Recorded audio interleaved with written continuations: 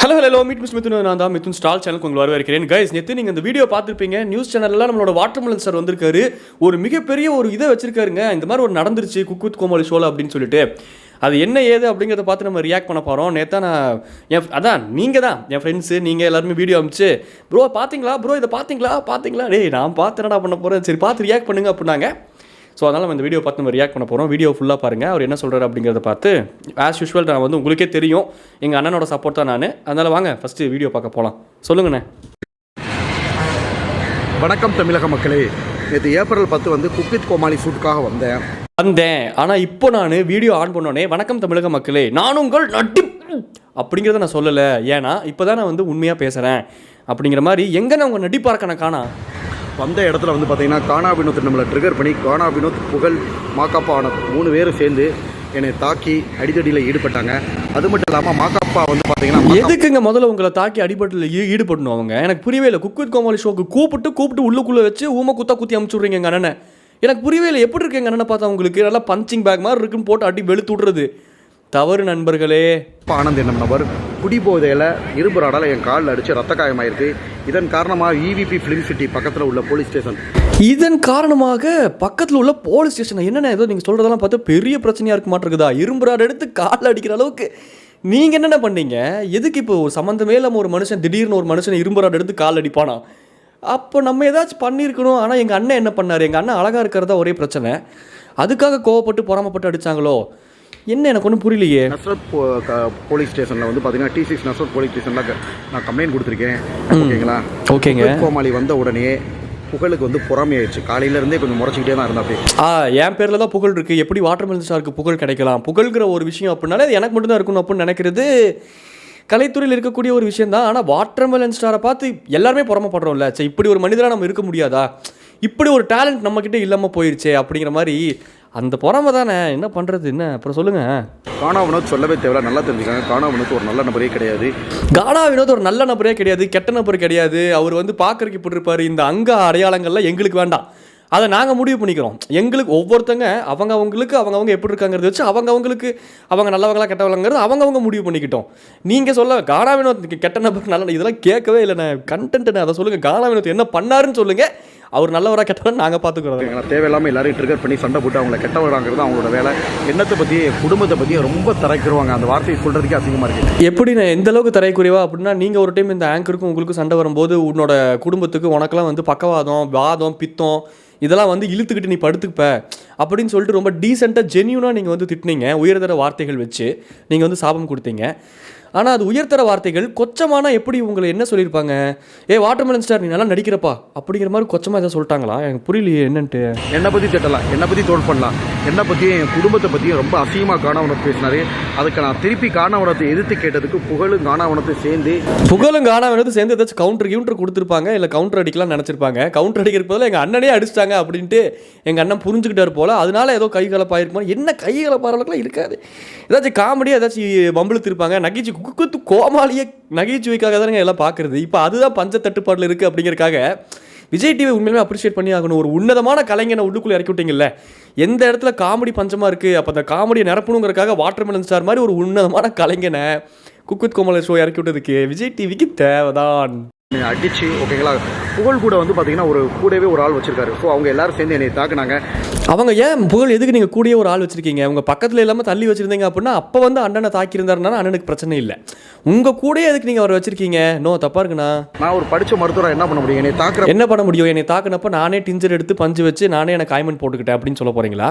ஒரு படித்த மருத்துவராக இருக்கும்போது என்ன பண்ண முடியுங்க? ஒரு படித்த மருத்துவர் அவர் என்ன சொல்ல வர்றாரு? பிக் பாஸில் தான் வந்து என்னோட ஸ்டாண்டர்டு என்னோட தரம் என்ன உன் தரம் என்னன்னு பேசாதேன்னு சொன்னீங்க. அதை இன்டெரக்டாக நான் ஒரு படித்த மருத்துவருங்க, ஆப்போசிட்டில் இருக்கவங்களாம் படிக்காத தற்கூறீங்க, அவங்க என்னை அடிக்கும் போது என்ன திருப்பி அடிக்க முடியும், அவங்க லெவலுக்கு இறங்கியா வர முடியும் அப்படிங்கிறதே இன்டெரக்டாக புகுத்துகிறார். இப்போ அதை வந்து போலீஸ் ஸ்டேஷனில் தான் நான் கம்ப்ளைண்ட் பண்ண முடியும். ஓகேங்களா? அவங்க ஒரு வார்த்தை சொன்னால் நம்ம ஒரு வார்த்தை சொல்லணும் இல்லையா? அது போக வந்து பார்த்தீங்கன்னா அவங்க ஒரு வார்த்தை சொல்லணும்னா நம்ம ஒரு வார்த்தை சொல்லணுமா? இது என்ன மாற்றி பேசுகிறது? அந்த போட்டி விளையாட்டா இல்லை என்ன இது? அது அப்புறம் மாக்காப்பா மேலேயும் ஏதோ கம்ப்ளைண்ட் வைக்கிறார், என்னன்னு கேட்போம். அப்பா எப்பயுமே ஷூட்டிங்கில் வந்து மது போதையில் தான் இருப்பார். மாக்காப்பா வந்து மது போதையில் என்ன பண்ணுறோம் தெரியாமல் பிரச்சனையை விலக்கி விடாமல் 2 பேரும் காம்ப்ரமைஸ். எதுக்குண்ணே மது போதையில் இருக்கக்கூடிய ஒருத்தர் இத்தனை வருஷமாக எப்படி யாரையுமே அடிக்காமல் அவர் பாட்டு 7 சுற்றிக்கிட்டு சூப்பராக ஷோ ஹோஸ்ட் பண்ணிக்கிட்டு விஜய் டிவியில் ஒரு ஸ்டாராக வலம் வந்து கொண்டிருக்கிறார். இப்போ திடீர்னு நீங்கள் போனதுக்கப்புறம் தான் ஒரு துப்பறிவாளன் மாதிரி அவர் வந்து மது போதையில் இருப்பார், அப்படி இருக்கும்போது இப்படி தான் பண்ணுவார், எதையுமே ஒழுங்காக பண்ண மாட்டேங்கிறாரு. உங்களை விஜய் டிவி எக்ஸிக்யூட்டிவ் ப்ரொடியூசராக போட்டிருக்கணுண்ணே. நீங்கள் தானே துல்லியமாக கண்டுபிடிக்கிறீங்க யார் எப்படின்ட்டு. மாஸ்ண்ணே நீங்கள். இப்போ நம்ம கீழே இருக்கிற இரும்பு ராடால் என்னை தாக்கி எனக்கு காலில் ரத்த காயம் ஏற்பட்டிருக்கு. இதை வந்து பார்த்தீங்கன்னா ப்ரெஸ் மீட்டும் கொடுத்துருக்கேன். இது வந்து ப்ரெஸ் மீட் கொடுக்குற அளவுக்கு இது வந்து ஒரு அச்சீவ்மெண்ட் தானே எங்கள் அண்ணனை பொறுத்த வரைக்கும். எதனால காலில் ஒருத்தர் இரும்பு ராடை எடுத்து அடித்து ரத்தம் காயம்லாம் வந்த அளவுக்கு அது கூட எங்களுக்கு ஒரு அச்சீவ்மெண்ட்ங்கிறனால தான் எங்கள் அண்ணன் ப்ரெஸ் மீட்லாம் கொடுக்குறாரு. என்னடா இதுக்கெல்லாம் ப்ரெஸ் மீட் கொடுக்குறாருன்னு தப்பாக நினச்சிக்காதீங்க. ஆஸ்கார் அவார்டு வாங்கினதுக்கு சமங்க இதெல்லாம் எங்கள் அண்ணனுக்கு. அந்த நஸ்ரத் போலீஸ் ஸ்டேஷன் காவல் நிலையத்திலே நான் புகார் அளிச்சிருக்கேன். கூடிய சிறைவில் வந்து பார்த்தீங்கன்னா கூடிய சிறைவிலையா? கூடிய சிறைவில் என்ன பண்ணுவாங்க? சிறையில் போட்டுருவாங்க. அது யாரை பிடிச்சி போட போகிறாங்கன்னு தெரிலண்ணே. நீங்களும் எதுக்கும் கொஞ்ச நாள் தலைமறைவாகவே இருங்க. இவங்க மேலே எல்லாம் அன்சார் அப்படின்ற நபரும், அன்சார் கானா வினோத் அன்சார், இவங்க மேலே வந்து கண்டிப்பாக என்னென்ன மனப்பாடம் பண்ணிக்கிட்டு இருக்கீங்க இவங்க மேலையெல்லாம். Gana Vinoth Ansar Gana Vinoth equal to Ansar Makapa Anand 5% no Makapa Anand only 1 okay plus 1 Pugazh. மனப்பாடம் பண்ணிக்கிட்டு இருக்கீங்க. கம்ப்ளைண்ட் கொடுக்கும்போதெல்லாம் எப்படின்னு பேர் நோட்டில் எல்லாம் எழுதிட்டு போனீங்களா இல்லையா? அலர்ட் மறந்துட போகுது கம்ப்ளைண்ட் கொடுக்கும்போது. புகழ் அப்புறம் மாகாபா ஆனந்த் இவங்க மேலே வந்து சட்டப்படி நடவடிக்கை எடுப்பாங்க. போலீஸில் கம்ப்ளைண்ட் பண்ணி சிஎஸ்ஆர் காப்பி ரெடி ஆகிட்டு இருக்கு. ரெடி ஆனதுக்கப்புறம் அவங்க வந்து இப்போ ரெடி ஆகலை அப்படின்னா என்ன பண்ணுவீங்க? இப்போ என்னென்ன சொல்ல வரீங்க? உங்களை தாக்கிட்டாங்க, கம்ப்ளைண்ட் கொடுத்துட்டீங்க, கான்டென்ட் முடிஞ்சுது. அதுக்கப்புறம் போலீஸில் சிஆர்சி காப்பி இப்போ தான் ரெடி ஆகிட்டு இருக்கு. அந்த டைமில் ஏட்டையா என்னை ஒரு காஃபி வாங்கிட்டு சொன்னார். ஒரு நடிப்பு அரக்கன் காஃபி வாங்கிட்டு வருவா அப்படின்னு நான் வந்து கத்துனேன். அவரும் 2 அடிப்பட்ட காலையே 2 போட்டார். அதுக்கப்புறம் நான் இப்போ வெளியே வந்து வீடியோ போட்டுக்கிட்டு இவ்வளோ டீட்டெயில்ஸ் உங்களுக்கு கேட்கலண்ணே. புரியுது, சொல்லுங்கள் நீங்கள் மேட்ரு என்னன்னு சொல்லுங்கள். ஆக்சுவலாக ஒருத்தர் வளர்ந்து வந்துடக்கூடாதுப்பா. இப்போ தாங்க பிக் பாஸ் முன்னாடி 5 படம் நடிச்சிட்டேன்.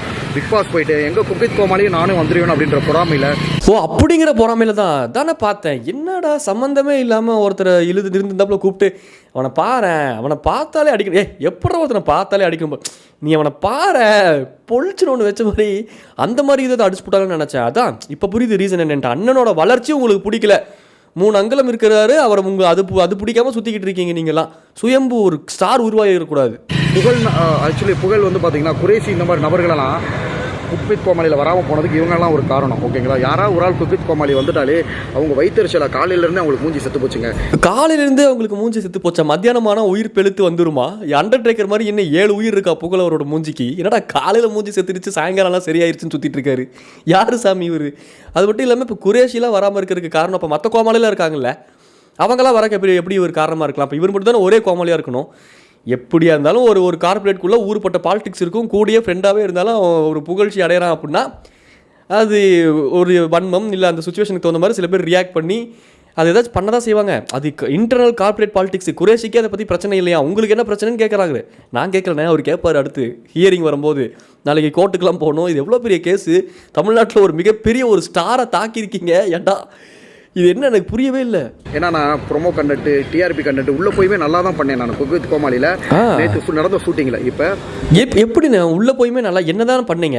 நல்லா பண்ணுறீங்க ஓகே. குக்வித் கோமாளி ஷோவில் என்ன நல்லா பண்ணீங்க? டிஆர்பியில் ப்ரொமோவில் எல்லாத்துலேயுமே இவர் வந்துடுவார் அப்படிங்கிறது ஒரு பயம் வந்துருச்சு புகழுக்கு. ஆமாம் ஒரு டேலண்ட் வந்துட்டார், ஓகே பார்க்குறக்கே நல்லா oh my god what a மேன்கிற மாதிரி இருக்கார். பெண்கள்லாம் வேறு அவரை தான் பார்க்குறாங்க. கண்டென்ட்டாக கொடுத்து தள்ளுறாருப்பா, பிதிக்கிடலாம் போல். இவர் பட்டுக்க வச்சு ஜேசிபி வச்சு உருட்டி விட்டோம்னா கண்டென்ட் பிதுங்கும் போல். ஐயோ இன்னைக்கு என்ன பண்ணுறதுன்னு தெரிலன்ட்டு ஒரு இன்செக்யூர்னஸ் புகழ் மாதிரி ஒரு குட்டி ஆர்டிஸ்ட்டுக்கு வரது இயல்பு தான். சரி, புகழ்னாலையும் கானவனத்தினாலையும் எனக்கு குக்வித் கோமாளியில் கிடைச்ச வாய்ப்பு தட்டி போயிடுச்சு.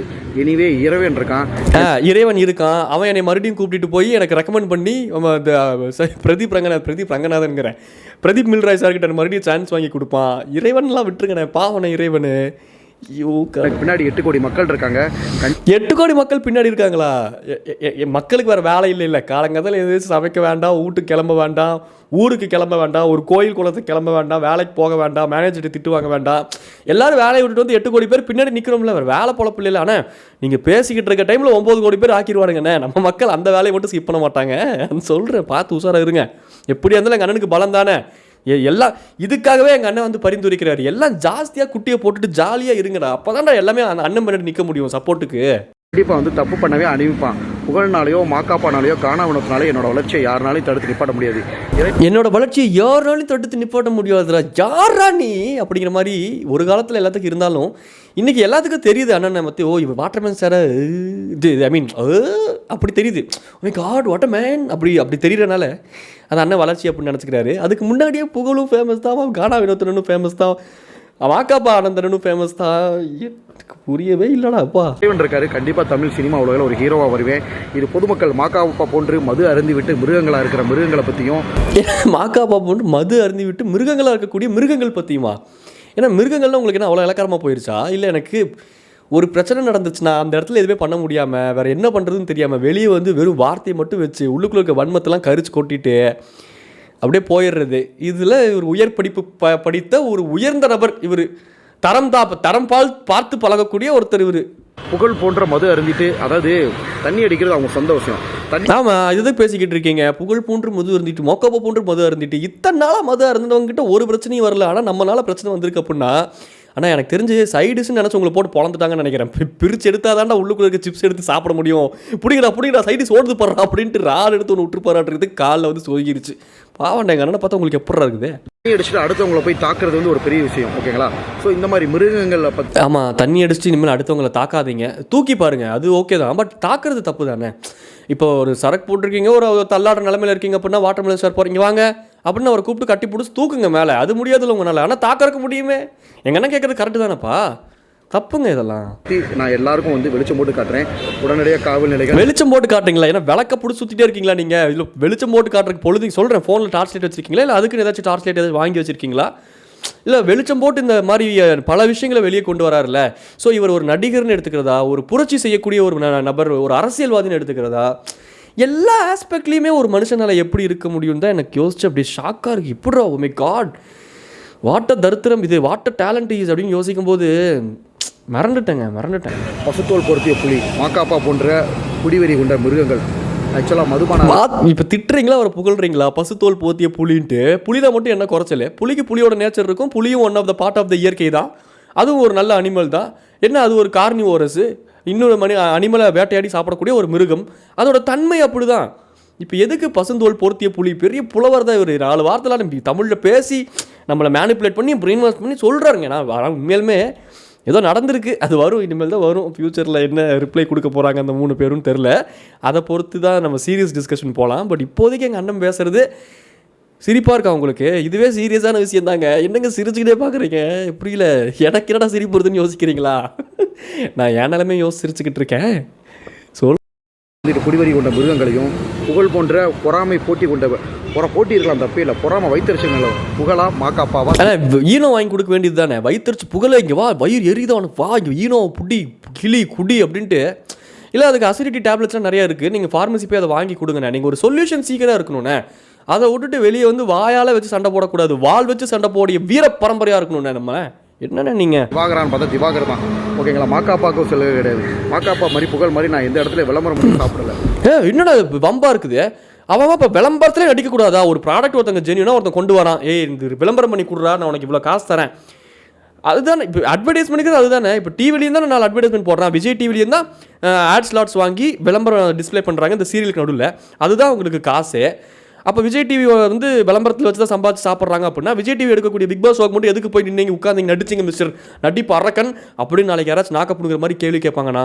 அப்படி கேட்டாங்கன்னா உண்மையுமே நாக்க பிடிங்க உங்கள் கையில் கொடுத்துட்டு வந்துட்டே இருங்க. எனக்கு பேச தெரியாது, பே பே பே பப்ப பே அப்படின்னு போயிட்டே இருக்கணும்ண்ணா. புரியுதா? தம்பி எஜுகேட் பண்ணுறேன், சின்ன பையன் சொல்கிறேன்னு தப்பாக எடுத்துக்காதீங்க. நீங்கள் பண்ணக்கூடிய ஆள் தான், நாக்கெல்லாம் பிடிங்கி கொடுத்து நடந்து போயிட்டே இருங்கண்ணா. நீங்கள் வாட்டு நான் உழைச்சி சம்பாதிச்சு சாப்பிட்றேன், ஓகேங்களா? ஸோ கண்டிப்பாக மக்கள் மத்தியில், ஓகேங்களா, அந்த பிரச்சனை சென்றடியும், நீதி ஜெயிக்கும், தர்மம் ஜெயிக்கும், நியாயம் ஜெயிக்கும். உழைச்சி சம்பாதிக்கிற ஒரே காரணத்தினால நீதி உங்கள் பக்கம் இருக்குன்னு ஆயிருமா? இல்லை சாரி, நானே வருங்க. அப்போ அவங்களாம் உழைச்சி சாப்பிடாத மாதிரி அர்த்தமா? அவங்களும் என்டர்டெயின்மெண்ட் பண்ணுறாங்க, அவங்களாம் ஒரு மீடியா பர்சனு. அப்போ யாராக இருந்தாலும் உழைச்சா தானே காசு, அவங்க திருடியாக சாப்பிட்றாங்க. தர்மத்தின் வாழ்வுகனி சூதுகவும் இறுதியில் தர்மமே விளையும். சூதுகவும் அதெல்லாம் எங்களுக்கு தெரியும். டென்ஷன் ஆல்ரெடி அடிக்கிற வேர்வையில் வெக்கையில் என்ன பண்ணுறதுன்னு தெரியாமல் பிதுங்கி கண்ணாமூலிலாம் பிதுங்கி போய் பைத்தியம் அரை பைத்தியம் முடிச்சு சுற்றி உட்காந்துக்கிட்டு இருக்கேன். இந்த மாதிரி வீடியோ பார்த்து இன்னும் முழு பைத்தியம் ஆகிட்டு இருக்கேன் நான். என்னை தொட்டு அழிக்கணும்னு நினச்சவங்களாம் இருக்கிற இடம் தெரியாம தொடாமல் அழிக்கணும்னு நினைக்கிறவங்களா இருப்பாங்களா? நெக்ஸ்ட் டைம் அப்சரா பென்சில் வந்து எரேசர் வாங்கிட்டாங்களா? பென்சிலுங்கிற தொடாமல் அண்ணனை அழிச்சு பிடுங்க மேலே இருந்து. தொட்டு தான் என்ன முன்னு புரியல. அதில் தொட்டு அழிக்கிறது எங்கள் அண்ணனை. எங்கள் அண்ணன் பார்க்க கவர்ச்சிகரமாக தான் இருப்பார், ஒரு ஈர்ப்பு விசை இருக்கும், அது தொடரதா எங்கள் அண்ணனை? நோ, தப்பாக இருக்குண்ணா, அவ்வளோதாண்ணா, தப்புண்ணா இது. லேட்டஸ்ட்டாக புகழ் கானா வினோத் அப்புறம் மறுபடியும் பாருங்க மனப்படம். Pugazh Gana Vinoth, A for apple, A for answer மா ஒரு ஆனந்த் 4%. ஓ வாக்கப்பா, என்னென்ன மனப்பாடம் பண்ணிக்கிட்டு இருக்கீங்க? இன்னும் 4வது படிக்கிற குட்டி குழந்தையாட்டம். நீங்கள் ஒரு குட்டி குழந்தையும் கூட தான், பன்முகத்தன்மை கொண்ட ஒரு ஜாதி சின்ஸ் தான் நீங்கள். அதுக்குன்ட்டு இன்னும் குழந்தை மாதிரி மனப்பாடம் பண்ணிட்டு இருக்கிறதா? புகழ் கானா வினோத், மாக்காப்பா ஆனந்த், அன்சார் இவங்க பண்ணியிருக்காங்க. இவங்கெல்லாம் எந்த லெவல்னு இறைவன் இருக்கார். இவங்க பொறாமனால இதனால என்ன ஒன்றும் பண்ண முடியாது. அவங்க பொறாமனால உங்களை ஒன்றும் பண்ண முடியாதா? இல்லை, எனக்கு இதெல்லாம் அவங்க பேச வேண்டியதுங்கிற மாதிரி எனக்கு தோணுது. அவங்கள ஸ்கிரிப்டை இவர் வந்து உருவிட்டு வந்து படித்து ஒப்பிச்சுக்கிட்டு இருக்காரா? ஒன்றும் புரியல. வந்துருச்சிங்க. நேற்று எல்ஐகே லவ் இன்சூரன்ஸ் கம்பெனி படத்தில் நான் ஒரு சீனில் வந்துட்டேன். என்னடா இன்னும் சொல்லலையே நினச்சேன். எல்ஐகே நானும் போய் தேட்டரில் பார்த்தேன். ஏன்டா பார்த்தேன்ட்டு ஒரே ஒரு சீனை பார்த்தா ஃபீல் பண்ணேன். அது எங்கள் அண்ணன் வந்த சீன் மட்டும்தான். ஆனால் அதில் வந்துட்டானோ, அதனால போட்டி போடாமல் தாங்க முடியலையா? அப்புறம் என்ன, உங்களை உட்கார வச்சு நடிகர் போதில் மாக்காப்பா ஆனந்த் உட்கார வச்சானே, வாட்டர் மெலனை கொடுத்து இப்படின்னு கையை வச்சு உருட்டு வச்சுட்டு இருப்பாங்க. அவருக்குன்னு ஒரு ஸ்டாண்டர்ட் இருக்குல்ல, அவர் இதெல்லாம் நடிக்க மாட்டேன் அப்படின்ட்டு இருப்பாரு. எல்லாருக்கும் ஒரே வைத்தறிச்சல். இவங்களுக்குலாம் தேட்டர் ரெஸ்பான்ஸு, இளைஞர்கள்லாம் என் மேலே ரசிக்கிறாங்க. இதனாலேயே இந்த மாக்காப்பா இவங்களுக்குலாம் என் மேலே பொறாமை. பட் இவனுங்கனால ஒன்றும் பண்ண முடியாது. மாக்காப்பா அவ்வளோ பெரிய ஆள்லாம் கிடையாதுங்க. ஆமாம், அதனால தான் ராட் எடுத்து காலை சொருக்கிட்டாரு. மற்றபடிலாம் ஒன்றும் பண்ண முடியாது. அதனால தான் என்னென்ன என்ன கம்பி எடுத்து கால் அடி வாங்கிக்கிட்டு நல்லா காலில் வீங்கி போய் கிடக்குதுட்டு வந்து போலீஸ் ஸ்டேஷனில் உட்காந்து ஊழு அழுது புட்டு வெளியே வந்து வீரவசனத்தை பார்த்தீங்களா? மாக்காப்பா என்னை ஒன்றும் பண்ண முடியாது. கடவுளே, மக்கள் சக்தி தாங்க. திவாகர் வந்து மக்கள் சக்தி, தீய சக்தி. திவாகர் தீய சக்திங்க, மக்கள் சக்தியா அப்படின்னு யாராவது சொல்லுவாங்கண்ணே, காவலே படாதீங்க. ஆமாண்டா நான் தீய சக்தி தான்டா அப்படின்னு சொல்லிட்டு போய்கிட்டே இருங்கண்ணே. லெஃப்ட் ஹேண்டில் டீல் பண்ணுங்க வழக்கம் போல. கண்டிப்பாக வந்து இவங்களாலாம் என்னை வந்து அழிக்க முடியாது. திருப்பி மக்கள் செல்வாக்கால கண்டிப்பாக வந்து திரையுலகத்தில் வல்லம் வருவேன். நன்றி. திரையுலகத்தில் வல்லம் வருவேன். வல்லம் வாங்க. திரையுலகத்தில் நல்லபடியாக நீங்கள் வல்லம் வாங்க. வலம் வருவேன் அப்படிங்கிறது தான் அண்ணன் ஒரு தூய தமிழில் சொல்கிறாரு. அண்ணன் வந்து வல்லம் வருவார் திரையுலகத்தில். ஸோ அண்ணன் வந்து வல்லம் வரும்போது யாரும் ராடு எடுத்து அவர் காலுக்குள்ளே சொருகி அவர் தடுக்கி விட்ற மாதிரி பண்ணிங்கன்னா டென்ஷன் நேரம் நல்லா அண்ணன் ஃபேன்ஸ் கிளப் அப்புறம் அவ்வளோதான் பார்த்துக்குங்க, கொதிச்சிருவேன். அதுக்கப்புறம் நீங்கள் அண்ணன் அடிங்கடா அப்படின்னு சொல்லிட்டு அப்புறம் நானே என் வேலையை பார்க்க ஆரம்பிச்சிருவேன். பட் அது வரைக்கும் கொதிச்சிருவேன், டென்ஷனாக அடிக்கிறவாள் வச்சுக்க. வல்லம் வர விடுங்கடா எங்கள் அண்ணனை, வல்லம் வர நடவை போய் சொல்லிக்கலாம். நாங்கள் மீட் மிஸ்டர் மிதுன், எங்கள் அண்ணன் வந்து திரையுலகத்தில் எப்படியாச்சும் வல்லம் வரணும் அப்படின்ட்டு நானும் அந்த இறைவனை வேண்டிக்கிறேன். ராடு எடுத்து அடிக்கிறீங்க எங்கள் அண்ணனை, கால் என்ன பண்ணுறது உங்களெல்லாம்? டாட்டா பாய் சொல்லிக்கலாம். நாங்கள் மீட் மிஸ்டர் மிதுன், டாட்டா பாய், டாட்டா பாய்.